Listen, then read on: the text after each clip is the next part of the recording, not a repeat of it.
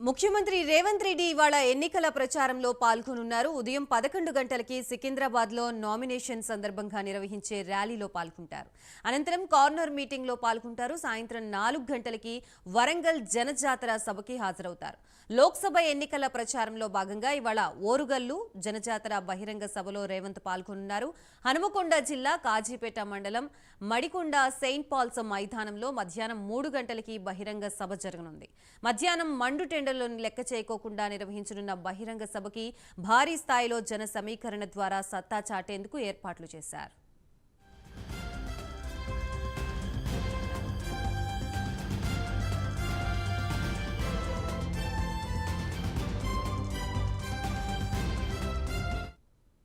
Warangal Congress MP అభ్యర్థి కడియం కావ్యకి మద్దతుగా జరుగుతున్న ఎన్నిక ప్రచారం సభని ప్రతిష్టాత్మకంగా నిర్వహించేలా లోక్సభ ఎన్నికల ఇన్ఛార్జి పరకాల ఎమ్మెల్యే రేవూరి ప్రకాష్ రెడ్డి ఆధ్వర్యంలో కాంగ్రెస్ నేతలు ఏర్పాట్లు చేశారు.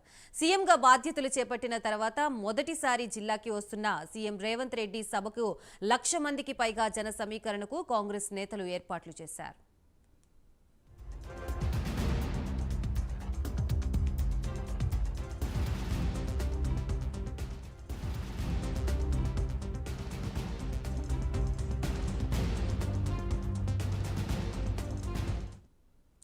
మడికొండ శివారులో ఏర్పాటు చేసిన సభా వేదికను స్టేషన్ గన్పూర్ వర్ధన్నపేట ఎమ్మెల్యేలు కడియం శ్రీహరి, కేఆర్ నాగరాజు, వరంగల్ నగర పోలీస్ కమిషనర్ అంబర్ కిషోర్జు, సీఎం రేవంత్ రెడ్డి భద్రతా సిబ్బంది సభా వేదిక పరిసరాలను ఏర్పాట్లను పరిశీలించారు. వరంగల్ లోక్సభ పరిధిలోని 7 అసెంబ్లీ నియోజకవర్గాల నుంచి 1,00,000 మందికి పైగా జనం హాజరవుతారన్న అంచనాతో భారీ ఏర్పాట్లు చేశారు. కాంగ్రెస్ అభ్యర్థి కడియం కావ్య నామినేషన్ అనంతరం నేతలంతా మధ్యాహ్నం బహిరంగ సభ వద్దకి రానున్నారు.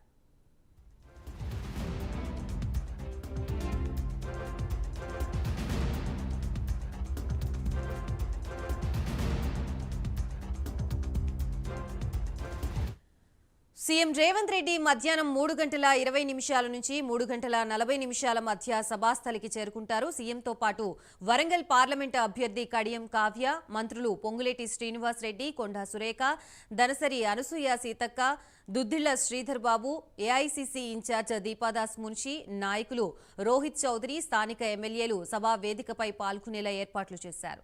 హైదరాబాద్ ప్రధాన రహదారి పక్కన బహిరంగ సభ జరగనుండటంతో రాకపోకల రద్దీ సమయంలో అప్రమత్తంగా ఉండి ట్రాఫిక్ ని మళ్లించాలని సిపి అంబర్ కిషోర్ పోలీసు అధికారుల్ని ఆదేశించారు. సుమారు 1000 మందికి పైగా పోలీసు అధికారులు, సిబ్బంది భద్రతా ఏర్పాట్లు చేశారు.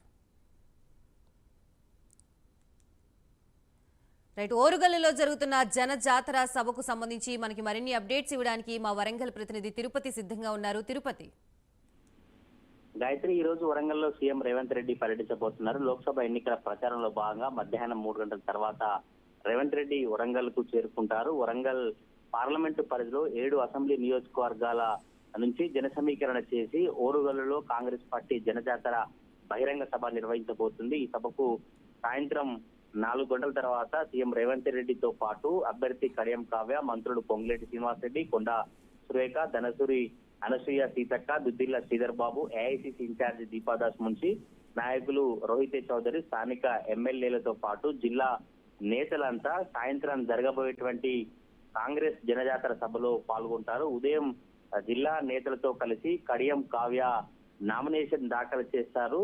ఈ నామినేషన్ అనంతరం సాయంత్రం మడికొండ కాజీపేట శివారు ఉన్నటువంటి మడికొండ వద్ద బహిరంగ సభ కోసం ఏర్పాటు చేశారు. గత వారం రోజుల నుంచి వరంగల్ పార్లమెంటు నియోజకవర్గ ఇన్ఛార్జి పరకాల ఎమ్మెల్యే రేవూరి ప్రకాష్ రెడ్డి, శ్రీసింగన్పూర్ ఎమ్మెల్యే కడియం శ్రీహరి దగ్గర నుండి ఎప్పటికప్పుడు పర్యవేక్షిస్తూ సభా ప్రాంగణం ఏర్పాట్లు కావచ్చు, సభా స్టేజ్ వద్ద ఎవరెవరు కూర్చోవాలి, సభా స్టేజ్ దగ్గర ఎటువంటి జాగ్రత్తలు తీసుకోవాలి, సీఎం రేవంత్ రెడ్డి కనుక తప్పకుండా భద్రతాపర చర్యలు ఉంటాయి, భద్రతాధికారులు చెప్పిన మేరకి అటువంటి చర్యలు తీసుకునేందుకు దగ్గరుండి ఎమ్మెల్యేలు అన్ని ఏర్పాటు చేసినటువంటి పరిస్థితి కనబడుతుంది. ఈ సభ ప్రాంగణాన్ని ఇప్పటికే Warangal police commissioner Amber Kishore Jha, central zone DCP బరితో కలిసి హెలిప్యాడ్ సెంటర్ ను, పార్కింగ్ స్థలాలను పరిశీలించారు. రేవూరి ప్రకాష్ రెడ్డి మాట్లాడుతూ రేవంత్ రెడ్డి సభను విజయవంతం చేయాలని, కావ్యను భారీ మెజారిటీతో గెలిపించాలని పిలుపునిచ్చినటువంటి సిచ్యువేషన్ ఉంది. మడికొండలో ప్రధాన సమస్య డంపింగ్ యార్డ్ పై సీఎం దృష్టికి తీసుకెళ్తానని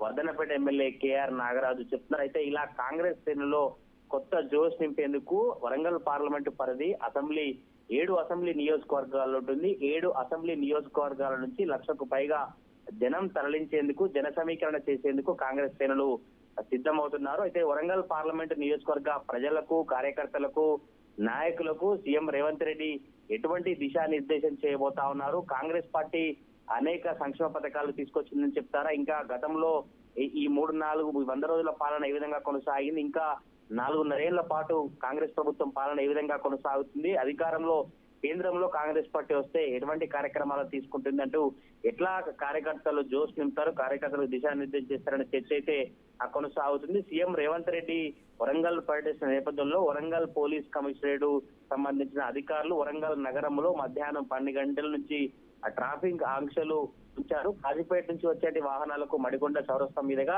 ధర్మసాగర్ ఔటర్ గా వెళ్ళాలి. హైదరాబాద్ నుంచి వచ్చే వాహనాలను హసన్పర్తి మీదుగా మళ్లించారు. సీఎం సభకు జన సమీకరణ చేసేందుకు కాంగ్రెస్ శ్రేణులు పెద్ద ఎత్తున ప్లాన్ చేస్తున్నారు. ఈ సభను చాలా ప్రతిష్టాత్మకంగా తీసుకొని ఏర్పాట్లు చేశారు. మొట్టమొదటిసారిగా సీఎం గా రేవంత్ రెడ్డి జిల్లాకు వస్తున్న నేపథ్యంలోనే 7 ఎమ్మెల్యేలు కావచ్చు, ఇతర కాంగ్రెస్ నేతలు స్వాగతం పలికేందుకు సన్నద్ధమవుతున్న నేపథ్యంలో కాంగ్రెస్ పార్టీ బహిరంగ సభలో ఇటు బీజేపీ అభ్యర్థి కావచ్చు, ఇటు బీఆర్ఎస్ అభ్యర్థి కావచ్చు, వరంగల్ జిల్లాకు సంబంధించినటువంటి మాజీ మంత్రి ఎర్రబెల్లి దయాకర్ రావుపై కావచ్చు, మాజీ ఎమ్మెల్యేలపై రేవంత్ రెడ్డి ఏం మాట్లాడతారు? వరంగల్ నగరంలో కావచ్చు, వరంగల్ పార్లమెంట్ నియోజకవర్గంలో బీఆర్ఎస్ పార్టీ ఏం చేసింది? గత ప్రభుత్వం ఎలా వ్యవహరించింది? ఇప్పుడు కాంగ్రెస్ పార్టీ ఎటువంటి అభివృద్ధితో ముందుకెళ్తుంది? కాంగ్రెస్ పార్టీ పిసిసి అధ్యక్షుడిగా కాంగ్రెస్ పార్టీ నుంచి ప్రభుత్వం ఏర్పాటై ఇప్పుడు సీఎం రేవంత్ రెడ్డి హోదాలో కార్యకర్తలకు, వరంగల్ పార్లమెంటు ప్రజలకు ఏం చెప్పబోతారన్న ఆసక్తి కనబడతా ఉంది.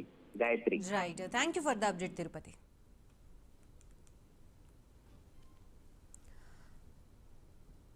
సార్వత్రిక ఎన్నికల పోలింగ్ తేదీ సమీపిస్తూ ఉండటంతో బీఆర్ఎస్ అధినేత